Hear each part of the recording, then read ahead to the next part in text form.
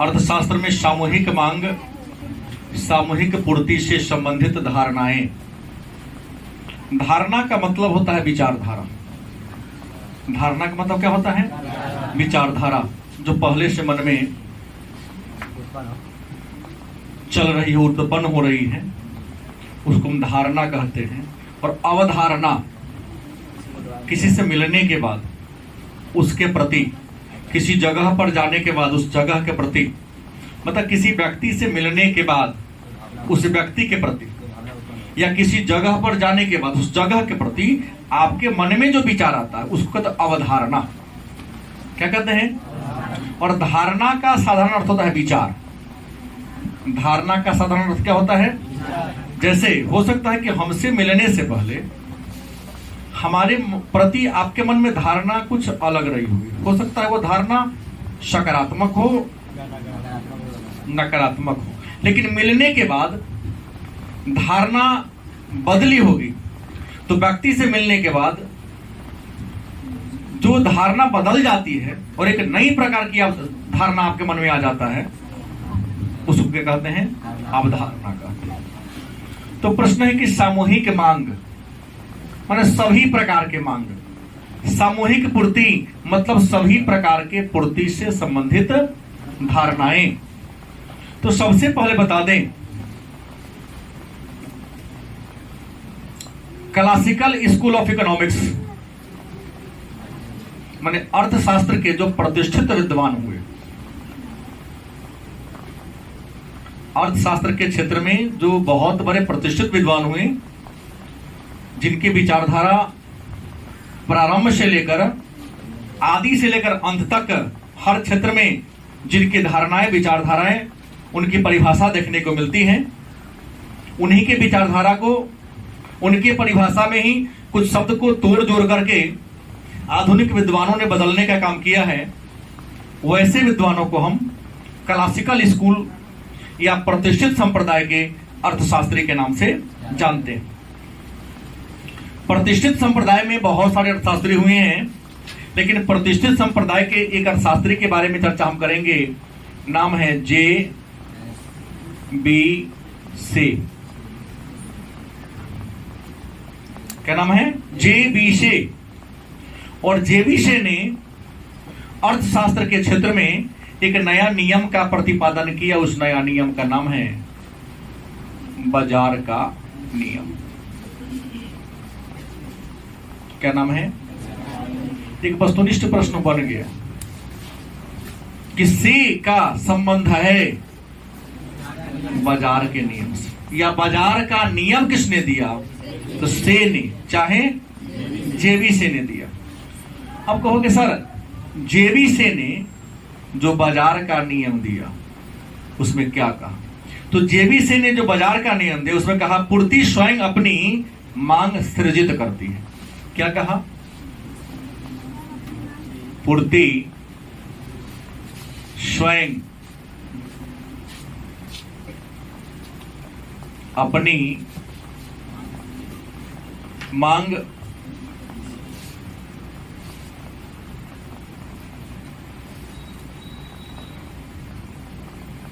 सृजित करती है। इसी लाइन को समझाना है। बीए में एक प्रश्न इसी को बना देता है कि प्रति स्वयं अपनी मांग का सृजन करती है। स्पष्ट करें 20 अंक का प्रश्न। हम यहाँ केवल मूल बातों को समझाएंगे, परिभाषा को बताएंगे।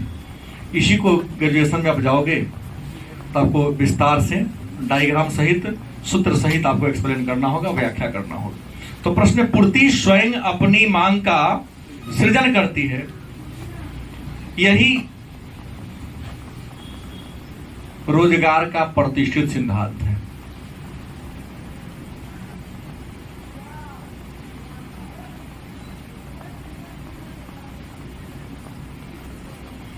रोजगार का प्रतिष्ठित मतलब क्लासिकल स्कूल ऑफ इकोनॉमिक्स के जो विद्वान थे, उन्होंने रोजगार के सिद्धांत के संबंध में एक ही बात कहा। क्या कहा? कि पूर्ति अपनी मांग का सृजन स्वयं करती है। और इस सिद्धांत के अनुसार पूर्ति अपनी मांग का सृजन स्वयं करती है, प्रतिष्ठित विद्वानों का रोजगार का सिद्धांत है। इसमें दो बातें आती हैं। पहला बात आता है कि अर्थव्यवस्था में सदैव पूर्ण रोजगार की स्थिति रहती है।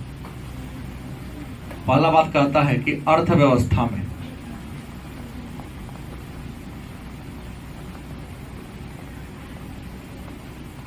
सदैव क्या रहती है?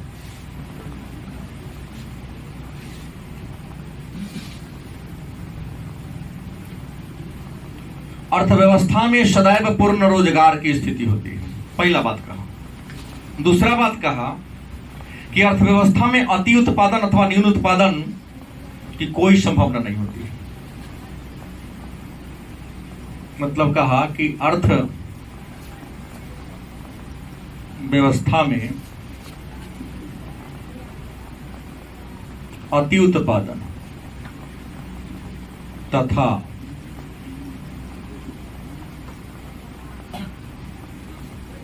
क्या होता है? नहीं होती है। क्या?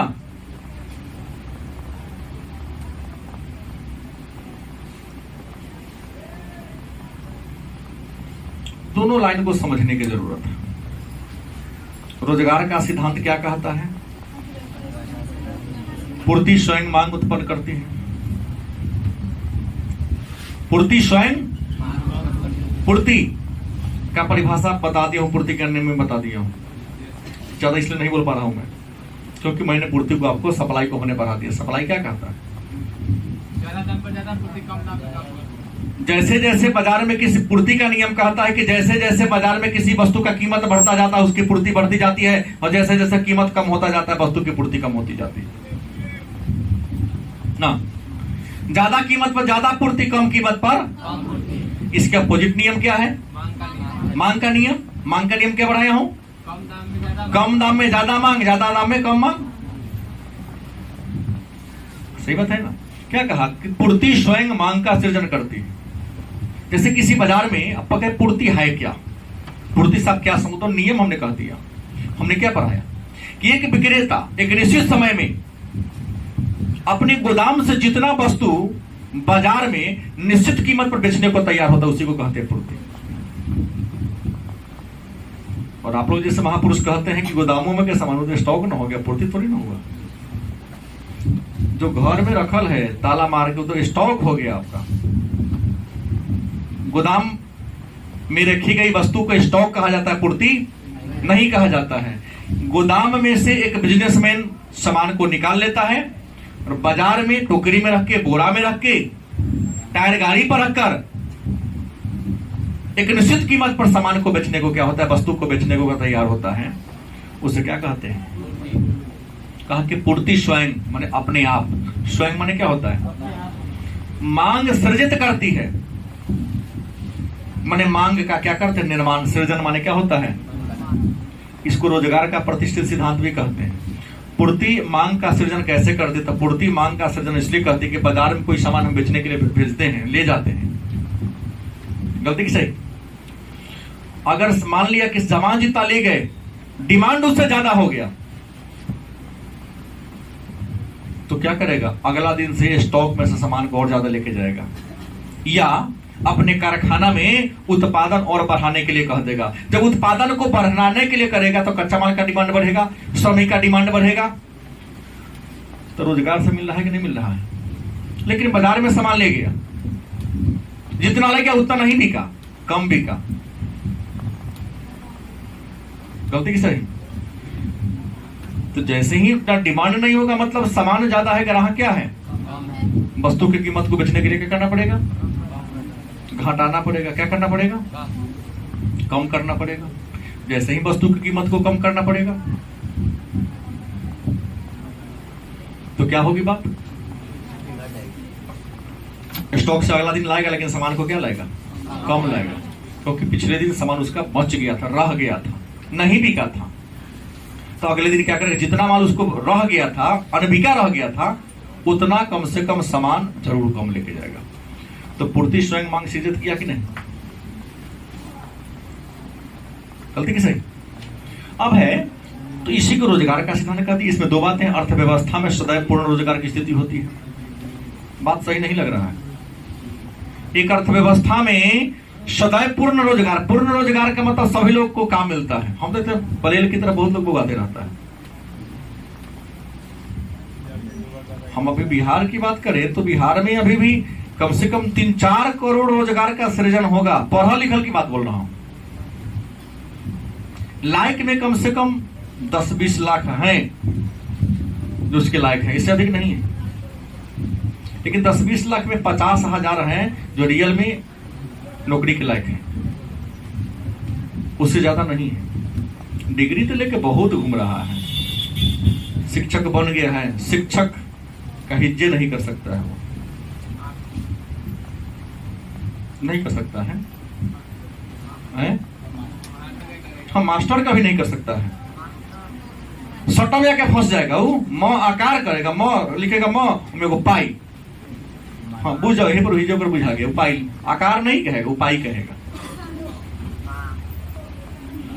तो ऐसे रोजगार मांगने वाले तो यहाँ करोड़ों लोग हैं, लेकिन रियल में 50,000 से अधिक लोग रोजगार के लायक बिहार में नहीं है। सरकार अगर ईमानदारी से बहाली करे तो, बाकी लोग डिग्री लेकर रोजगार के लिए हल्ला हाय हाय कर रहे हैं, क्योंकि नौकरी लेकर ये लोग क्या करते हैं, नेतागिरी करने का काम करते हैं। शिक्षा व्यवस्था का चौपट होने का यही नहीं रीजन है कि जो योग्य लोग हैं नेतागिरी करते हैं, मास्टर बन करके पैसा आना है, उसमें से कुछ मिलते रहता है ऊपर वाले को। तो पूर्ण रोजगार की स्थिति जो बात क्या है, गलत है। किसी भी देश में, अमेरिका ही क्यों ना हो, जापान ही क्यों ना हो, जर्मनी ही क्यों नहीं हो, वहां भी बेरोजगारी, अल्प बेरोजगारी, छिपी हुई बेरोजगारी या मौसमी बेरोजगारी देखने को मिलती है। हम कहो कि मौसमी बेरोजगारी क्या है, या छिपी हुई बेरोजगारी क्या है, या प्रच्छन्न बेरोजगारी क्या है। तो ये परिभाषा को जानने से पहले हमको यह बताना पड़ेगा कि बेरोजगारी क्या है। तो जब कोई व्यक्ति काम करना चाहता लेकिन काम ही नहीं मिल रहा है, जब कोई व्यक्ति काम करना चाहता है लेकिन उसको काम नहीं मिल रहा है, तो उसे क्या कहते हैं,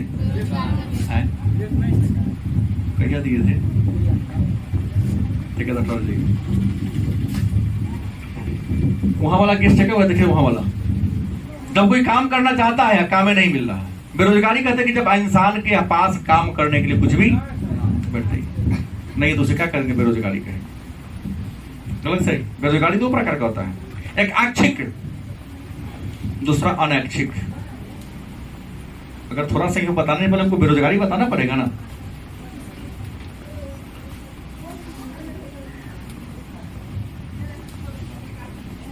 इंसान को जब कोई काम न मिले तो उसे क्या कहते हैं, साधारण बोलचाल की भाषा में, इंसान के पास किसी प्रकार का काम न हो तो उसे क्या कह देते हैं, बेरोजगारी या बेरोजगार कहते हैं। अब बेरोजगारी दो प्रकार का होता है,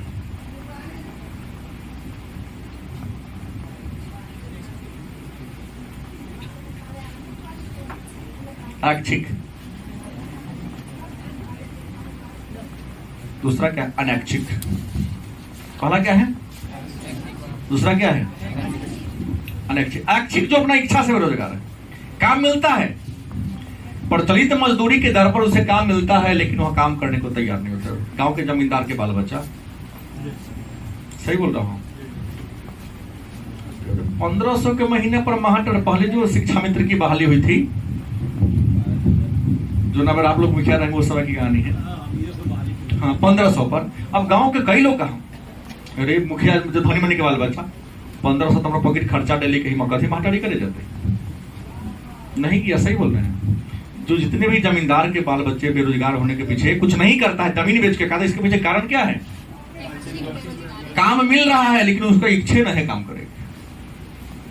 प्रचलित मजदूरी की तरफ उसे मजदूरी मिलती है, लेकिन कहता है कि हम ये काम इज्जत घट जाएगा, उसको कहते बेरोजगारी भी है। तो उसको बेरोजगार में नहीं गिना जाए, काम तो मिल रहा है लेकिन करता नहीं, वो अपन दूरा तब हर भी नहीं करता है। अनैच्छिक, काम करना चाहता है, प्रचलित मजदूरी के दर से 2 रुपया कमो देगा तो काम करेगा, उसको काम नहीं मिलेगा, रियल बेरोजगार वो नहीं। अभी अनैच्छिक का भी रूप हम वर्गीकरण कर देंगे, शहरी क्या होगा, ग्रामीण, फिर शहरी में नहीं भाई शिक्षित, तो क्या होगा, अशिक्षित। ग्रामीण में भी शिक्षित, अशिक्षित। ग्रामीण क्षेत्र में पाए जाने वाली बेरोजगारी को ग्रामीण बेरोजगारी और शहरी क्षेत्र में पाए जाने वाले बेरोजगारी को, लेकिन गांव में भी पढ़ा लिखा लोग है, पढ़ लिख लिया, नौकरी नहीं मिली तो शिक्षित बेरोजगारी। अब पढ़ा लिखा नहीं है, नौकरी भी नहीं है तो अशिक्षित बेरोजगारी। गलत से शहरी क्षेत्र में पढ़ा लिखा है, रोजगार नहीं मिला तो शिक्षित बेरोजगारी। नहीं पढ़ा लिखा है फिर भी कोई काम नहीं मिल रहा है तो क्या कहेंगे? लेकिन ग्रामीण क्षेत्र में एक बात देखने को मिलता है, मौसमी बेरोजगारी। कृषि के क्षेत्र में मौसमी बेरोजगारी, छिपी चाहे अदृश्य बेरोजगारी, और औद्योगिक धंधा के क्षेत्र में होता है प्रच्छन्न बेरोजगारी। मौसमी बेरोजगारी क्या है? गांव में आप लोग गए हैं कभी? संडे को थोड़ा घूम के आते हैं, देखते हैं कदम के पेड़ के नीचे, पीपर के पेड़ के मचान पर रहले हैं, चार गो पर रहले हैं, ताश चल रहा है, वही खोजते रहता है, लाठा लाठी मारामारी सब खो जाता रहते के देर में। मतलब मौसमी वर्ष के कुछ महीना में काम करता है, बाकी महीना बेकार बैठता है। धान रोप दिया, क्या कर रहा होगा? भाई नहीं रगड़ के खाएगा, वो दूरा पर बउआ आएगा, वो दूरा बउआ जब होगा तो चार गो गोई मिलेगा, ताश खरीद के सुबह खा के बैठ जाएगा, शाम तक ताश खेलेगा, है ना। ग्रामीण खेती कृषि बाड़ी के क्षेत्र में कौन बेरोजगारी है? मौसमी बेरोजगारी कहते हैं। वर्ष के कुछ महीना में उनको काम मिलता है, जो खेती बाड़ी पर निर्भर है, बाकी महीना बेकार रहते हैं। हमने कहने के लिए तो कहते हैं कि मजबूरी है, पूंजी का अभाव है, उसके पास पैसा होता तो छोटा मोटा कोई बिजनेस कर लेता, लेकिन पैसे नहीं। आप पैसा नहीं तो कमाना भी वो नहीं चाहता है।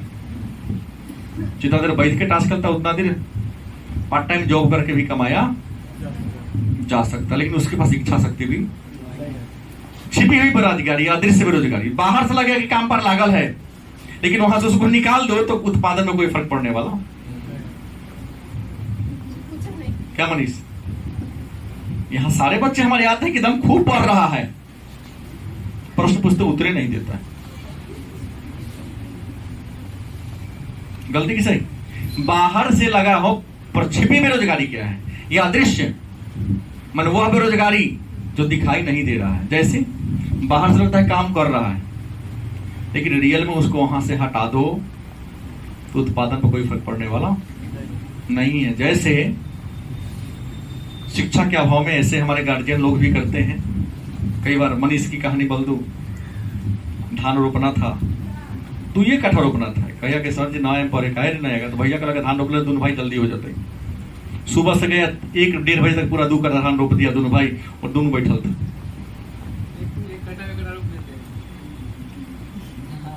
अरे तुम पढ़ने वाला था, भैया रोप देता अकेले, शाम तक लगता, 9-1 बजे होता, 6 बजे शाम में खत्म होता। 2 कट्ठा खेत रोपना है, 3-4 घर में काम करने वाले लोग हैं, चारों ही में फिट जाएगा। 2 रोपो, दूसरा के रोजगार कर लो। दूसरे के यहाँ करोगे 600 रुपये आ जाएगा ना। अपने खेत में करोगे तो 12 बजे से बैठ के क्या करेगा? लुआ छिलेगा। और धान रोप के आएगा तो लगेगा बहुत बड़ा काम करके, कुछ नहीं करेगा वो, मवेशी को चारा भी नहीं डालेगा अगर मजबूरी ना हो तो। बाहर से लगे हैं काम पर है, लेकिन वहां से हटा दो तो उत्पादन में कोई प्रभाव, क्योंकि एक आदमी को लगाएगा तो हमारा टूट तो हमारे रुपये के तो रुपये लेगा देर से। और प्रच्छन्न बेरोजगारी औद्योगिक क्षेत्र में पाई जाती है, कारखाना के क्षेत्र में पाई जाती है कि कारखाना में जितना श्रमिक चाहिए उससे ज्यादा श्रमिक अगर बहाली हो गया है, 5 को था फिर भी उतना ही उत्पादन होता है, 7 को हो गया उत्पादन उतना ही हो रहा है, उत्पादन घटने बढ़ने का सवाल तो 2 एक्स्ट्रा है ना। तो बेरोजगारी का ये स्थिति है, कहता है कि अर्थव्यवस्था में सदैव पूर्ण रोजगार सवाल ही नहीं। तुम्हारे घर में क्या तो ऐसे महापुरुष होंगे, बैठ के खाने का आदत उसको लगा ही है, काम देंगे वो न करेगा। कभी क्या लगा बेरोजगार है, क्या करे? तुमको रोजगार चाहिए, कहां तुमसे बेरोजगार कहते हो? जिसको रोजगार दे वो घर में नहीं बैठता है। हाँ, जीवन में आगे बढ़ना है। बहुत बड़े विद्वान ने कहा कि जीवन में आगे बढ़ना है तो भूख, धूप और दुख, या 3 बात जिस इंसान को लग गया जीवन में कहीं आगे नहीं बढ़े। हाँ, भूख, पेट लेके ही केवल आया है, दिमाग छोड़ दिया, हाथ छोड़ दिया, खाने के लिए जीता है। हम लोग जीने के लिए खाते हैं और आप खाने के लिए जीते हैं, दोनों में अंतर है। कुछ ऐसे लोग हैं जो खाने के लिए जीते हैं कि ना जिंदा रही तो बहुत खाओ, कुछ लोग नहीं, जिंदा रहने के लिए खाते हैं। भूख पर कंट्रोल करना सीखना, पर अचानक 2 घंटा कर देंगे तो मेरा काम खत्म, ना छोड़ देंगे पर कमरो ब्रेक मारो, खाना खा के तो काम को करेंगे तो काम खराब हो जाएगा ना। खेत में पानी तो सूख सकता है ना, खेत का पानी। अब धूप बाप रे 12 रोज है, गर्मी बढ़ गई की वजह सर छोड़ दो, 12 गर्मी लगे। सिनेमा हॉल में टांगड़ी ना करते रहेगा, फील के ना टेव, मैं देखा हूं कई लोगों को 2011 के बाद, इसलिए कभी नहीं गए सिनेमा हॉल में। हमारे पढ़ने वाले थूक फेंक ले, हम एना नाक दबले 3 घंटा लगाता ऐसे रह जाता है। लेकिन यहाँ थोड़ी गर्मी होती है, कहते भोगर 6 को बैठना, जो सब बहुत दिक्कत हो रहा है। तुम्हारे मस्तिष्क को आगे बढ़ाने का मैं काम करो, यहाँ तुमको दिक्कत होती है जहां तुम्हारा समय पैसा दोनों ले रहा है और कुछ नहीं दे रहा है। मनोरंजन तो हम भी हंसा देता हूँ, करा देता हूँ कि नहीं कराता हूँ, तो ये खाली बातें ठूसते हैं आपके दिमाग में। ज्ञान ठूसने के अलावा कुछ हम ब्रेन को ये भी करने का काम करते हैं। तो प्रश्न यहाँ ये हुआ कि धूप नहीं लगनी चाहिए, क्योंकि धूप लगेगा तो जो काम आपसे धूप में होने वाला काम करिएगा। हम यहाँ जाते 1:30 बजे से आने का जब इच्छा होता है तो बहुत धूप लगता है, लेकिन कब तक रोकेंगे, नहीं जाएंगे तो फिर बचा के लौट जाएगा, आना ही पड़ता है। और तीसरा क्या दुख कि फलाना ने ये बात कह दिया, गिठड़ी पार लो, नहीं कुछ नहीं करोगे, अरे उसको मन था कह दिया, क्या हो गया, गलती की सही। 3 बात जीवन में ये नहीं करना है। तो कहा कि पूर्ण। दूसरा, अर्थव्यवस्था में अति उत्पादन तथा न्यून उत्पादन की संभावना नहीं होती, नहीं गलत होता है। ऊपर का नहीं होता है, नीच का अति मतलब ज्यादा उत्पादन भी कई बार हो जाता है। अगर नहीं होता है तो कभी घिउरा 50 रुपए किलो बिकता है, आज 10 रुपया में 2 किलो दे रहा है, क्या है कि गलती बोल रहा हूं? तो अति उत्पादन हो गया तब नहीं, इसकी कीमत घट गया। 20 रुपए किलो लहसुन बिका रहा है, 100 रुपया में 5 किलो 6 किलो दे रहा है। और एक समय था, आप लोगों के जन्म के पहले की कहानी बता रहा हूं, कि कहानी को 2 आदमी जानिए रहा है क्लास रूप में। 200 रुपए किलो प्याज हो गया था 99 में, और लहसुन 250-300 रुपए वो पहुंच गया था। इंटर के छात्र थे उस समय, इंटर पास हो गए थे 1999 में। अटल बिहारी वाजपेयी भारत के प्रधानमंत्री थे। हुआ कि परमाणु परीक्षण हुआ है, कुछ लोग तो पाकिस्तान को निर्यात कर दे इसलिए बढ़ गया, नहीं उत्पादन ही कम हुआ था तो कीमत तो बढ़े पे करेगा। परमाणु के विस्फोट से प्याज को क्या लेना देना है? कुछ लोग बहकाने वाले प्याज का केमिकल के रूप में होता है, परमाणु ईंधन अलग से बनता है। परमाणु सोखने का काम करता है, सोखने का काम करता है। क्या प्याज परमाणु जो निकलता है रेडिएशन, वो सोखने का काम करता है। तो उस वक्त ग्रेफाइट आ गया, D2O हो गया, कैडमियम का छड़ डालाता है। अब क्या जी होता है, अभी भी वो प्रयोग होता है। वो तो देश का पूरा प्याज उसमें डाला जाता होगा। इसका तो जापान में तो पूरा परमाणु से कम चला, 90% परमाणु ऊर्जा से ही काम करता है। पर ठीक है, थोड़ा मात्रा में होगा ना, कि पूरा समझा दिया प्याज परमाणु हुआ। तो सरकार की रणनीति है कि लोगों के दिमाग को भटका दो, नहीं। जैसे 1974 में भारत में पहला परमाणु परीक्षण करना था, तो हैक कर लिया सैटेलाइट को, आसमान में बादल छाया रहेगा, नहीं बारिश होने की संभावना है। नासा टेंशन में आ गया, खाली भारतीय वगैरह छैले रहते, उसको क्या पता कि इंडिया के लोग वहां सोचना शुरू करते जहां अमेरिका सोचना बंद कर देता है। किया का थी तो स्माइलिंग बुधा कर दिया। मौसमी गड़बड़िया किया कौन चीज? परमाणु परीक्षण। पता किसी को न चले, इतना होशियार हम लोग हैं। कुछ बोला तो 2 दिन और फोड़ दिया, ना कुछ बोला 2 दिन और फोड़ दिया। और न्यून उत्पादन भी होता है मंदी के समय, लेबर को हटा देता है कि नहीं हटा देता है। लेकिन याद रखिएगा, प्रथम विश्व युद्ध के बाद 1929-30 में विश्वव्यापी मंदी आई थी कि नहीं आई थी? 1929-30 में विश्वव्यापी मंदी आई, और विश्वव्यापी मंदी में जेबीसी का बाजार नियम और रोजगार का प्रति सिद्धांत क्या हो गया, फेल हो गया। कहा कि नहीं, बात चलने वाला नहीं। जब सिद्धांत फेल हो गया तो जेबीसी के बाजार नियम के विरोध में या प्रत्युत्तर में जेएम केन्स, किसने,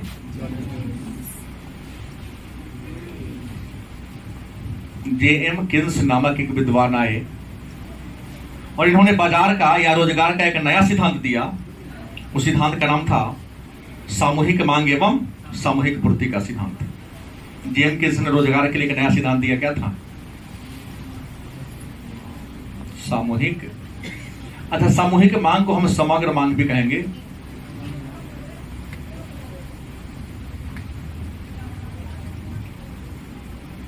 तो रोजगार के सामूहिक मांग या बाजार के सामूहिक मांग एवं सामूहिक पूर्ति के सिद्धांत का प्रतिपादन किसने किया, जेएम केन्स ने कहा।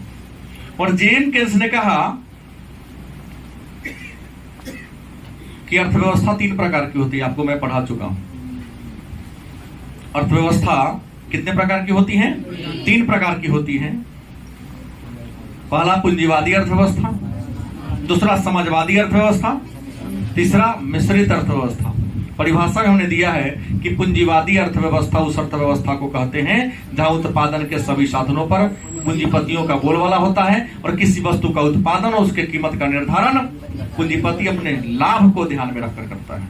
आम जनता के हित से उसका कोई लेना देना नहीं। समाजवादी अर्थव्यवस्था के बारे में हमने कहा है कि समाजवादी अर्थव्यवस्था उस अर्थव्यवस्था को कहते हैं जहां उत्पादन के सभी साधनों पर समाज मतलब सरकार का अधिकार होता है और सरकार उन संसाधनों का प्रयोग समाज के हित के लिए, समाज के कल्याण के लिए करती है। गलत किस है? अगला है मिश्रित अर्थव्यवस्था, जहां उत्पादन के सभी साधनों पर सरकार और पूंजीपति दोनों का सह अस्तित्व होता है, समान अधिकार होता है। गलत से? और नियंत्रित नियोजन के माध्यम से आर्थिक क्रियाओं का संचालन किया जाता है, मिश्रित अर्थव्यवस्था कहते हैं। कई विद्वान मिश्रित अर्थव्यवस्था को समाजवाद और पूंजीवाद के बीच का समझौता के नाम से भी बुलाते हैं।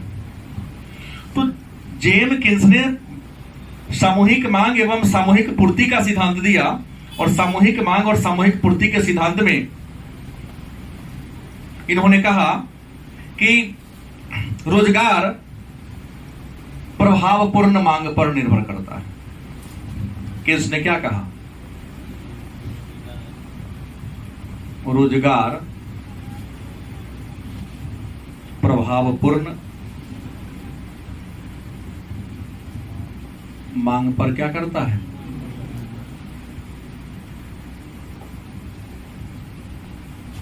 अब यहां एक बात समझना है कि प्रभावपूर्ण मांग क्या है। वह मांग अगर वह न मिले तब काम खराब हो जाएगा। आसान शब्दों में निखिल कहा कि सर प्यास लगी है। निखिल ने क्या कहा कि हमें क्या लगी है? प्यास लगी है। हमने कहा कि ना, नहीं जाना, क्लास खत्म होगा फिर जाओगे। रुक गया, प्यास नहीं लगी थी इसे। प्यास लगने के मतलब हमने कितनों रोका, ना सर आई खुद ना जाएंगे, बिना पीले हमारा संदा कब चले वाला है, नहीं बेहोश हो जाएंगे, उठ के बिना मेरे परमिशन के बिना भी निकल जा रहा है। तो इस मांग को हम कहेंगे निखिल के लिए पानी का मांग जो क्या होगा? प्रभावपूर्ण मांग हो गया कि जिसके बिना आपका काम नहीं चले, एक कदम भी आप आगे बढ़ना नहीं। ये कोई फिल्म हमने देखा था कि 10 बजे उसके चाय पीने का समय, हमको चाय कुछ भी हमको भी चाय देना पड़े तो कहेंगे तो आगे मैं नहीं करूंगा। सीताराम जो 80 फिल्म है, फुल डिसिप्लिन में रहता है कि नहीं, उसको टाइम से सब चीज चाहिए, ना देगा तो काम करने वाला। तो प्रभावपूर्ण मांग तो कोर्ट में से कहते हैं तुम्हारा बात क्या, पहले हम चाय पियेंगे तब गवाही देंगे। हम 10 बज के पढ़ने पर 2 बिस्किट है, 10 बज के सॉरी दी सब याद कर ले, 10 बज के 30 मिनट पर 2 बिस्किट, 1 कप चाय चाहिए तो चाहिए, टेबलेट भी। अच्छा हाँ, गवाही में से कैट में डॉग में से निकल जाता है ना, वो जाके पीता है। ये इसके बाद कहता 2 मिनट के बाद पिएगा तो उसको गर्म हो जाता है, चाहे नहीं जिन मर जाएगा क्या, नहीं हमारा टाइम है तो पीबे करेंगे, गवाही तो बाद में चलेगा। हैं? हाँ, फिर जब पी के गया तो वकालत भी किया और इसको मतलब मुक्ति भी दिलाया, जीत भी दिलाया। तो प्रश्न है प्रभावपूर्ण मांग, तो वो प्रभावपूर्ण मांग हुआ। और फिल्म वाला बात याद आइए गया होगा कि 10 से बज के 30 मिनट पर चाय चाहिए तो चाहिए, बिस्कुट चाहिए, फांसी दे दो, कोई दिक्कत नहीं, लगाते लटकाते रहो, लेकिन हम चाय पीते रहेंगे। इस मांग को हम प्रभावपूर्ण मांग कहते हैं, आपको समझाने के लिए बोला हूं। लेकिन प्रभावपूर्ण मांग का परिभाषा होता है, प्रभावपूर्ण मांग की बात कहा कि जहां पर सामूहिक मांग, जहां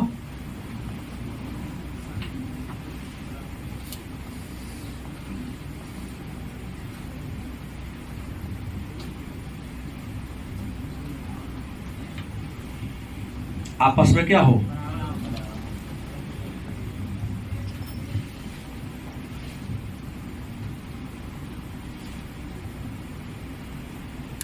कहता है कि जहां पर सामूहिक मांग और सामूहिक पूर्ति आपस में क्या हो जाए, बराबर हो जाए। अब कहो कि भाई सामाजिक सामूहिक पूर्ति क्या है और सामूहिक मांग क्या है, तो सरकार के द्वारा भी, जनता के द्वारा भी, निजी और सार्वजनिक जो भी डिमांड किया जाए, सभी के मांग को सम्मिलित रूप से क्या कहेंगे, आज सबके जो द्वारा जो पूर्ति किया जाता है, जिसमें थोड़ी ना कि पंजाब ही केवल धान उगाता है, यूपी ही केवल गेहूं उगाता है।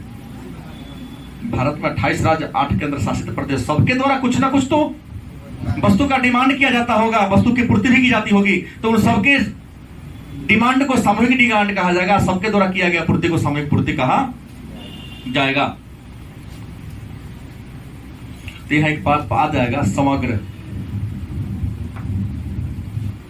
मांग, ये ना बात है, समग्र मांग या सामूहिक मांग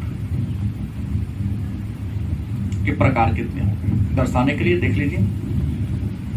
जो हमने परिभाषा दी है इसको हम रेखा चित्र के माध्यम से आपको बता सकते हैं कि जो सामूहिक मांग या समग्र मांग होती है, यह सामूहिक मांग या समग्र मांग 2 प्रकार की होती है।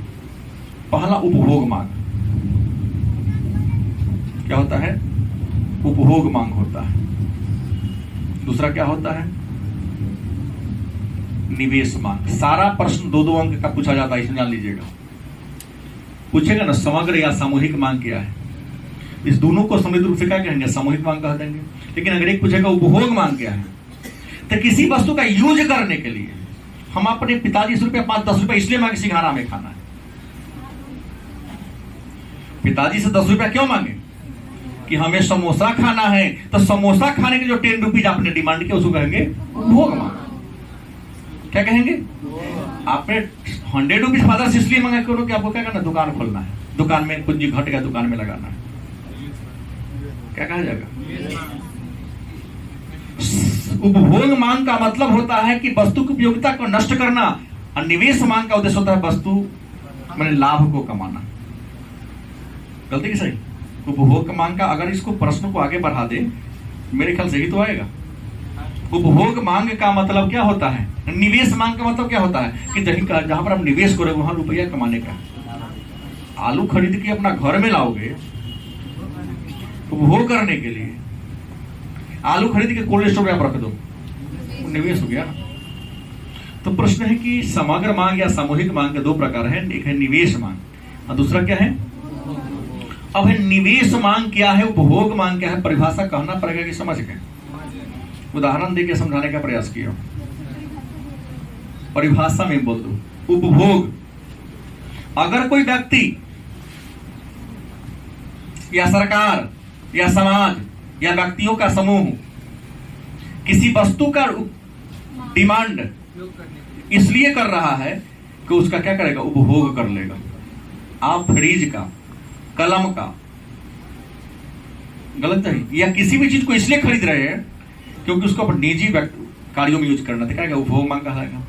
और आप किसी वस्तु को डिमांड इसलिए कर रहे हैं कि खरीदेंगे ताकि उन्होंने कहा बेच देंगे। हाँ, निवेश करने का तो उद्देश्य ही होता है लाभ कमाना, उसे क्या कहेंगे। और याद रखेंगे उपभोग मांग भी दो प्रकार के होते हैं। उपभोग मांग के भी कितने प्रकार हैं, और निवेश मांग के भी। और उपभोग मांग के दो प्रकार कौन है? एक हो जाएगा निजी उपभोग, कौन होगा, और दूसरा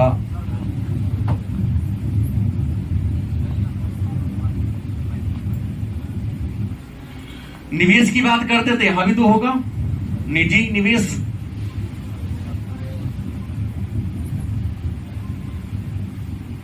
क्या होगा, निजी निवेश, और दो में क्या होगा, सार्वजनिक निवेश। अब सवाल है कि निजी उपभोग क्या है और सार्वजनिक उपभोग क्या है। तो कोई व्यक्ति किसी वस्तु को इसलिए खरीद रहा है, डिमांड करेगा, वो अपने प्रयोग करेगा। नहीं, जैसे आप लिंक लाइसेंस खरीदते हो तो अपने करते हो ना, कि घर के सबके लिए खरीद लेते हो, अपने लिए। अब यार टॉफी खरीदे हैं, आप खरीदे, अपने की भाइयों को बांट के दीजिएगा, अपने खाएगी, हमको भी नहीं देगा। तो जब अपने खुद के यूज के लिए किसी चीज का आप डिमांड करते हो तो क्या कहलाएगा, आप पूरे परिवार के लिए। गए थे, पता चला कि कल घिउरा था 20 रुपए किलो, गए तो आपको लगा 3 रुपए किलो बिका रहा है, पद में था टॉफी खाना छोड़ दे, घिउरे 10 रुपए खरीद ली 5 किलो। मान लो तो अकेले घिउरा खा जाइएगा, बनेगा तो सब ना खाएगा। हाँ, अक्सर नहीं होता, अक्सर नहीं, कभी नहीं होता है। नहीं, हमको मिला समोसा तो क्यों घिउरा खरीदे, वो तो पिताजी का काम, पिताजी सोचे, हम क्यों दिमाग लगाने जाए। ठीक, ईमानदार बात बोला है। तो निजी उपभोग माने जानेंगे, कोई दिक्कत। सार्वजनिक उपभोग भी जानेंगे, सबके यूज के लिए जमा खरीदते हैं। निवेश मांग, निजी निवेश, अपना खुद का व्यापार करने के लिए, खुद अकेला मुनाफा कमाने के लिए जब कहीं पर पूंजी को लगाते हो तो क्या कहलाएगा।